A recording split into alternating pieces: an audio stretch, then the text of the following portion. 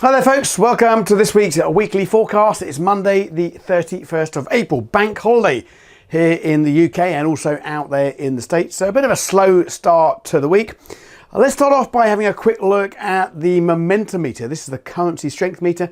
You may have seen my recent video on this, basically outlining, I think, the importance of using one of these in your trading. It's basically showing me exactly what is going on in the currency markets at this given moment on a particular time period. This, in fact, is the 4-hour chart. The direction of the lines here tells me the strength and the weaknesses of the relevant currencies. And you can see here, at the moment, the strongest currency on the basket of 8 is the New Zealand dollar. New Zealand dollar is this grey line. The New Zealand dollar is benefiting from a reasonably hawkish RBNZ statement last month. You know, the housing market in New Zealand is booming as well. And now there's talk that the Kiwis may have to move their interest rates sooner rather than later. Now, the actual central bank is talking about maybe this time next year, which is a big acceleration from where they were looking at before. So the New Zealand dollar is benefiting from that. You're also seeing some strength coming in to the pound. Pound's been strong all last week, continues to be strong as well. A bit of a pullback this morning, but the pound is benefiting from some really good economic data, and of course the lockdown is easing across the country, and hopefully the 21st of June is the crunch day when the economies open up totally. Pound is benefiting from that. And then you have one of the MPC committee members talking about interest rates potentially moving higher sooner rather than later in the UK as well, again adding fuel to the strength of the British pound. See the dollar in here now. The dollar's been on a steady decline really over the last few weeks, certainly since yields have been falling back. Yields are now, 10-year yields are now back below 1.6, which is quite a crucial level. And once we're below 1.6, I think the US dollar comes under pressure. I'll show you that on a chart in a moment. But the US dollar is indeed under pressure at the moment. And of course, one of the main beneficiaries of the dollar being weak is the euro, because the euro is the most actively traded currency against the US dollar. And that's why you see here this blue line up here at the moment is the euro is showing some strength. So these are the strong currencies at the moment. The weaker currencies are the US dollar and the Australian dollar, and of course the Japanese yen down here as well. Japanese yen, it's a safe haven currency. It's a low yielding currency. In times of risk on, where we are at the moment, you're basically seeing a flood out of the Japanese yen, which is, as I say, a funding currency. So you borrow the yen, you sell it on the currency markets to buy higher risk assets. It's basically known as the carry trade. And then you've got the Australian dollar down there as well. A lot to play for this week. Here in Australia, we've got the RBA, where they will be expected to make a statement on their rates going forward. You know, they've been reasonably dovish in the past. You know, there is sort of a concern there that the COVID, you know, a few lockdowns are going across the nation there as well, a week lockdown. So there's a bit of a re-emergence going in there at the moment. So the Australian dollar has been under a little bit of pressure, despite the fact that we've actually had quite a good move in global commodity prices around. Normally global commodity prices moving up means the Australian dollar should be supported. We'll see. So we'll keep an eye on the Australian dollar later in the week. In fact, it is tomorrow for the RBA statement. So that's basically a quick look. You'll see here, actually, before I finish, you see here the purple line here. That's the Canadian dollar. Canadian dollar has been buoyed recently by oil prices. Oil prices put on about 4% last month now. Canada being a big exporter of oil benefits from higher oil prices. So that's why the Canadian dollar is showing a bit of a strength. The correct way to read these momentum meters is looking at the direction of travel, looking at where it's come from to where it is now, as opposed to just above or below. And you can see the Canadian dollar is showing some nice gains across the other currencies. We always like to buy strong currencies, of course, and sell the weak currencies. Okay, so this is the New Zealand against the Japanese yen. We're continuing with our long bias. Now remember, we don't just trade these because we've got a bias that's saying buy. You need to make sure that you're following a trading strategy, otherwise you're basically just gambling. So we're looking at continuing strength of the New Zealand dollar and continuing weakness of the Japanese yen. If we break above 80.20, our next level that we'll be watching will be 80.60, the next level of potential supply. So keeping an eye on the New Zealand dollar with that bias in mind. Also looking at gold. Gold's been flirting with the 1900 level over the last week, benefiting really from a weaker US dollar. Today we've opened up above 1900, and eyes now are going to be watching the next level of resistance up there at 1950. I'll show you that on a chart in a moment. So that's basically our pitch for the week. I'm also looking at a pound against the Australian dollar. We had that trade last week, worked out quite well, and pound is still, say, looking strong, and the Australian dollar is one of the weaker currencies. Whether it should be or not, well, that remains to be seen, but it certainly is there at the moment. And I don't trade what I think will happen, I trade what I see happening at the moment. Pound is stronger than the Australian dollar. We're on a nice uptrend, and I don't see any reason why that should basically change anytime soon. Max is looking at a short of the Nasdaq, and he's looking down there at a level of 13,662.0 for potential support. So he's looking at basically a short of the Nasdaq. Okay, daily releases this week. Quite a busy week in terms of economic releases, building up into a crescendo where we have the non-farm payroll at the end of the week. We do stream that live. If you want to come and take part, you can do so. Just join the description tab below. All details will be in there.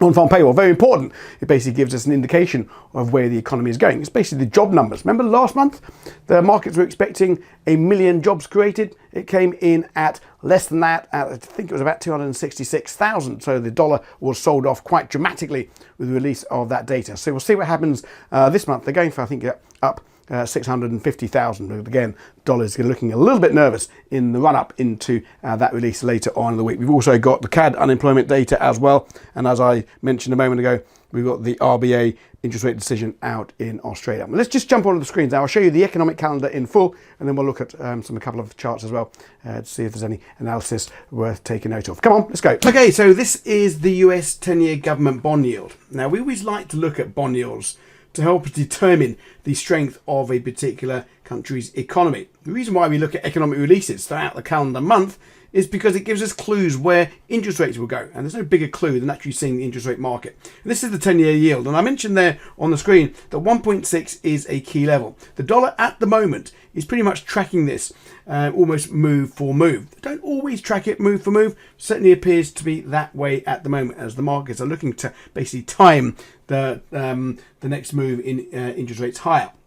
This 1.6 level is an important level. Just by looking back at the chart here, you see we've been bouncing off it a number of times as resistance, and there was support and support, then resistance, resistance. We've just broken through again to the downside. So this is basically putting pressure on the US dollar.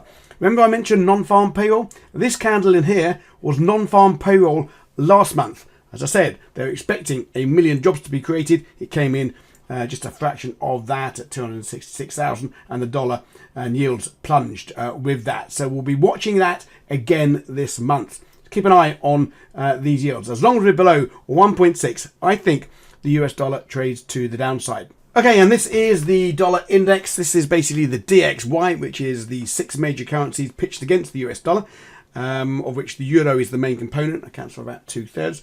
But what you see here is that every time this dollar makes an attempt to push higher, it's met with a wave of selling. Last week we broke through some key levels of support, and then we had this little pullback. You see here this bearish pin bar into the previous level of support, acting as resistance and a clear rejection. This is bearish price action really for the US dollar. All eyes will be down here at 89.50, about 50 points from where we are at the moment. If this level is broken, then you can certainly expect to see some dollar bears coming back into the market to push that currency lower. And again, keeping an eye on the 10-year government bond yield could give us early clues on that.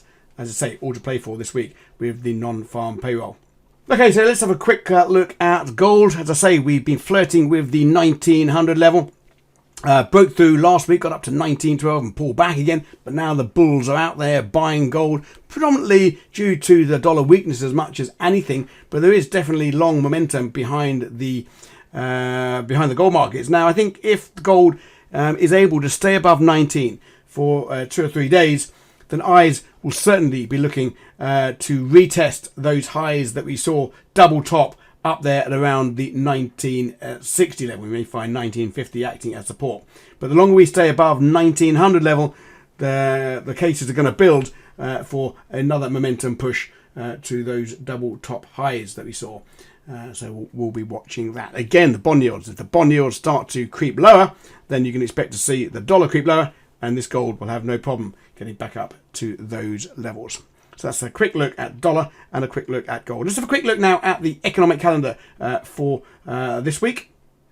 Okay, so this is the economic calendar. Now, as I always say, I think it's really important that you have one of these to hand. So A, that you don't get caught out and start taking a trade just before a major release. And B, there may be some money-making opportunities for you as well. The correct way to read this, if you look to the right here, you'll see the impact column. Anything in red is high impact, means it should have a big impact move in the markets. Anything with green, maybe less, and anything with yellow is normally a medium impact release. We basically scroll out for 7 days on here. Today, as I say, not a lot going on across the globe today, as there are seeing some holidays. Tomorrow, though, we've got an important day out. Say Tuesday, we've got the RBA, as I mentioned. You need to keep an eye on that. That will basically be coming out. It tells me, in fact, here how many hours it is until the release. Unchanged is expected. You can see it's high impact news. And we've also got the rate statement as well. You've also got Swiss GDP. That's important, so we'll be keeping an eye on that. And importantly, we've got German retail sales, Germany being the biggest economy in Europe, so we would pay attention to that as well. So we'll be keeping a close watch on that. You've got German unemployment as well, and about 20 hours from now, you've got European PMI data. PMI data is very important. PMI data, it basically tells us what the business leaders are thinking. It's like a survey. If in doubt about a particular economic release, just click on it and it will tell you exactly what the economic release is and how it's likely to impact the market. Very, very important. Consumer price index as well, that's CPI, that's basically inflation. That's out tomorrow in Europe as well, so do pay attention to that. And we got quite a lot of PMI data out in the US as well. Central bankers love a PMI data because, I say, it's a forward-looking indicator. You've got Bank of England Governor Bailey speaking. Remember last week we had an MPC committee member talking about moving rates in the UK sooner rather than later. Be interesting to see what Governor Bailey has to say about that. And of course you've got these Fed speakers as well. Brainard is speaking as well. We love a central bank speaker to give us clues to what's inside their head. And then basically, as I say, we're moving into the crescendo of the non-farm payroll at the end of the week. Before that, though, we do have European retail sales. It's coming in year on year at 25.5. Wow. Obviously coming from a low base because of COVID last year. And there we go. Here we go. We've got non-farm payroll out on Friday. Here's the estimate. And we've also got the average hourly earnings and the weekly hours as well. Keep an eye on that. We've also got unemployment numbers out in Canada as well. Okay, so I hope you found that useful. Now, as you know, we are streaming live around the clock, 5 days a week, up to 6 times a day. If you want to take part, you can do so just by hitting the link in the description below. Will take you to exactly where you need to go. If that is not your thing, not a problem. I wish you a good week and I'll see you next week.